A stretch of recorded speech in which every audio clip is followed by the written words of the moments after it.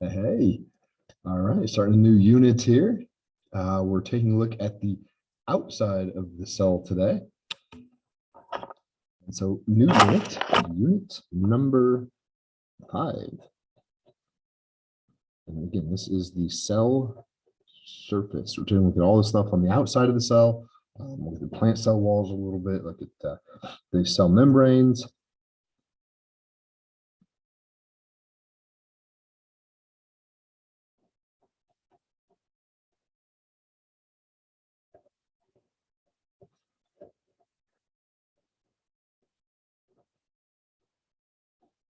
And we're starting off with the cell membrane. So 5.1, the cell membrane, otherwise also sometimes called the plasma membrane. And again, this is the surface of all cells. So I'm going to go ahead and skip down a little bit. So leave a little bit of room up here for drawing. And I'm going to come down here and start drawing. Actually, I'm going to leave a little bit of room. Sorry about that. I'm going to enlarge this just a little bit in just a second here. All right, so these guys here hopefully look familiar to us. This is what we started the year with. Go ahead, enlarge this one. So look at it in a little closer detail here. This is a phospholipid.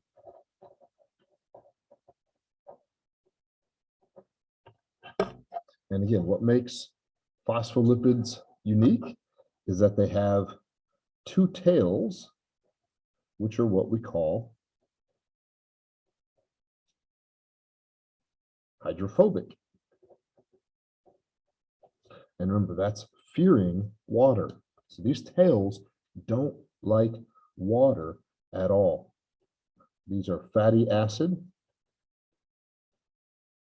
And if you remember, that means a whole bunch of CH2s that all kind of connect into a long line. We drew them. I made you guys draw them a few times. You guys weren't happy about it. And I said, all right, that's it. It's the last time we have to draw it.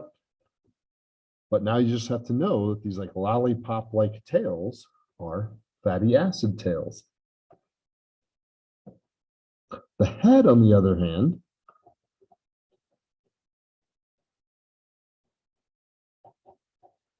is hydrophilic, which means it loves water. So water fearing, water loving. So we've got this this kind of dichotomy here. We've got this molecule that has two very distinct parts. One part loves water, one part hates water. And the reason why it loves water is it has a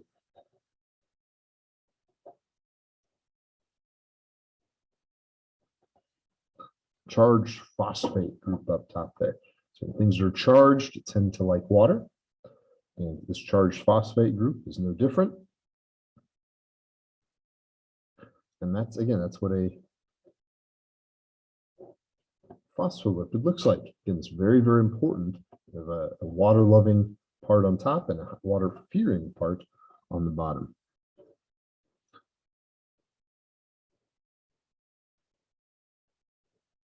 Next up in our membrane, I'm going to put this on the call them protein, and you can see here he's kind of embedded right in the middle of the membrane.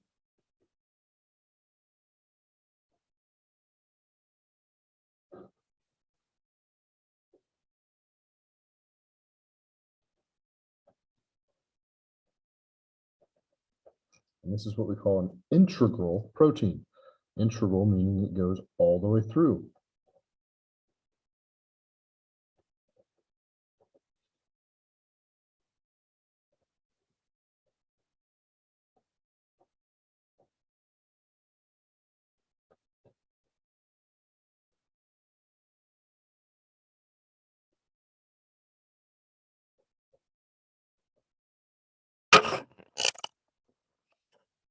All right, sorry about that. So here we go. Here's our integral protein, and that means it goes all the way through. It comes out on the top, it comes out on the bottom, all the way through.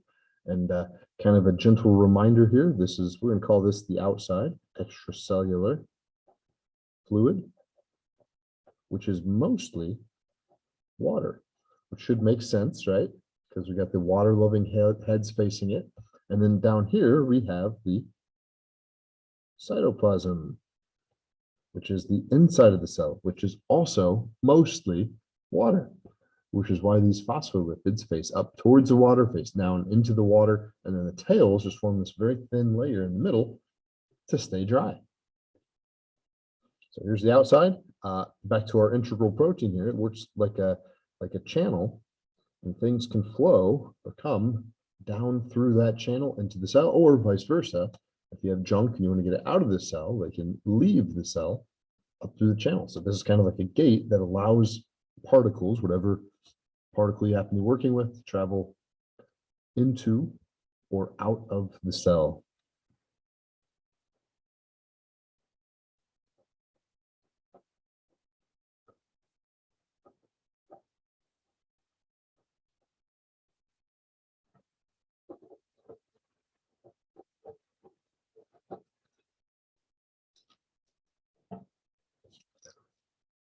Apologize for my spelling today.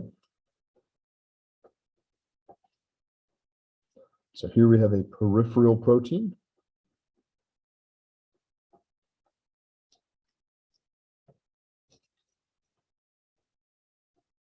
And it's only on one side. It's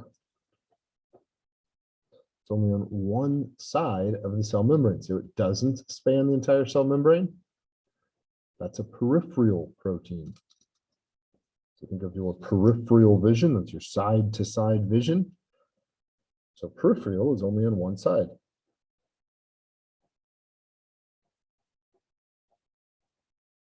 And it's used usually for cell identification, or oftentimes for cell identification.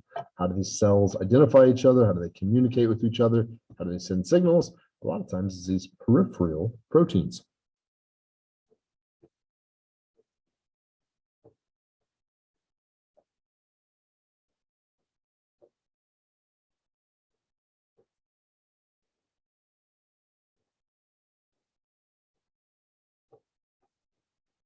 All right, our next particle is embedded right there inside the membrane. And actually, that's part of his job. There he is. Don't worry too much about the exact shape. I don't think I got the exact shape right. But the general idea is got some hexagons and he's got some pentagons. And this is cholesterol.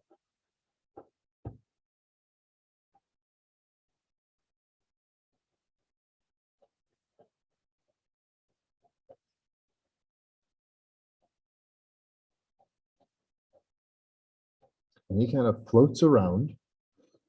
And there's going to be a lot of them. They kind of float around in the membrane and they help keep the membrane fluid, which means flowing. These little particles, these phospholipids, they can move. They can move left, they can move right, they can come at you, they can go away from you. They're open to move, and we call that fluid.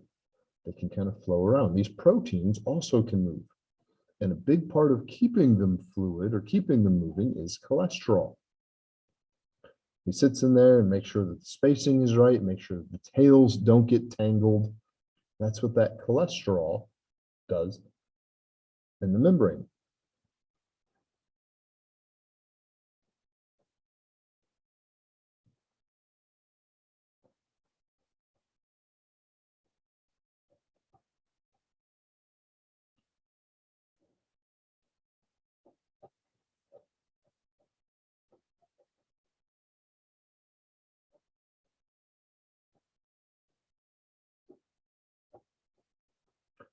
All right, this next shape should look really familiar to you.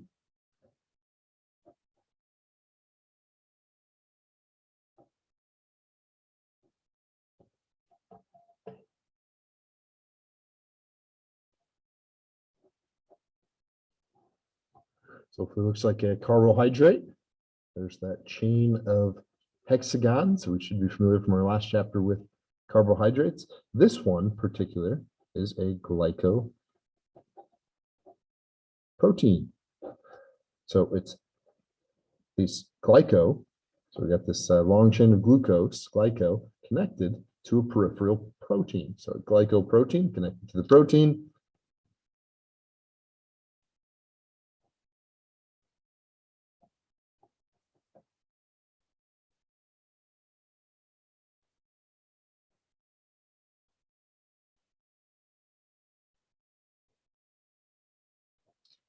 and his job is in cell communication. I always think of them like the fingers of the cell, these proteins coming off there. They're kind of like the fingers of the cell. Cells don't have eyes, they can't see where they're going. Instead, a lot of times they have these these chains of carbohydrates that can act like fingers that feel around their surrounding for them and help communicate with their surroundings. When you're running into something, when you're next to another cell, what is that other cell doing? So a lot of times these glycoproteins are in charge of that. Very similar, just one slight difference you'll see.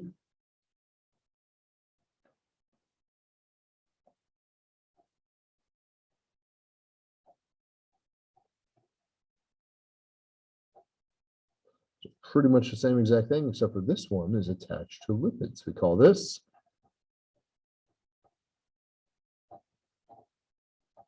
a glycolipid. We've got glycoprotein attached to a protein. Glycolipid comes right off the lipid there. All together, we've got these two layers. We call this the phospholipid bilayer.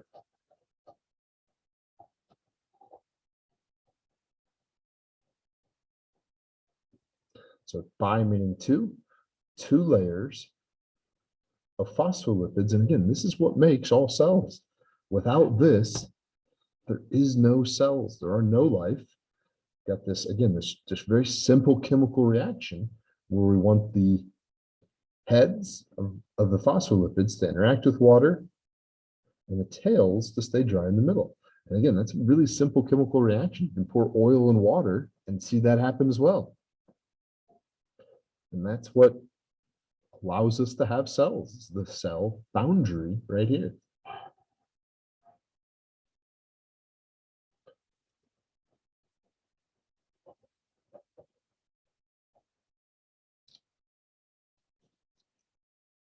One final note to add.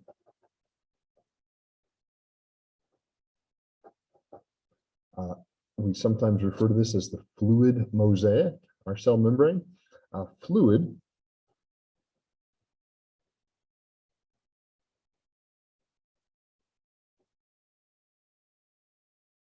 because all the pieces can move, and mosaic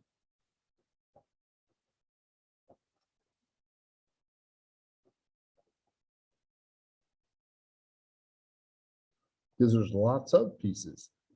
I don't know if you've ever seen a Spanish mosaic. It's usually an artwork with a lot of colorful tiles that all kind of fit together to make the art. Well, that's kind of the idea with the cell membrane. We've got a whole bunch of different parts that all work together. They're fluid, they can move. There's usually nothing that holds these proteins in place. These lipids are always going.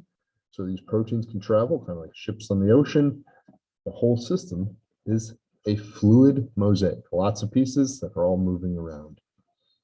All right, so there's our introduction to this unit. That is the cell membrane right there for you. Come on back next time. I think we're getting into what some of these proteins on the cell surface do. See you then.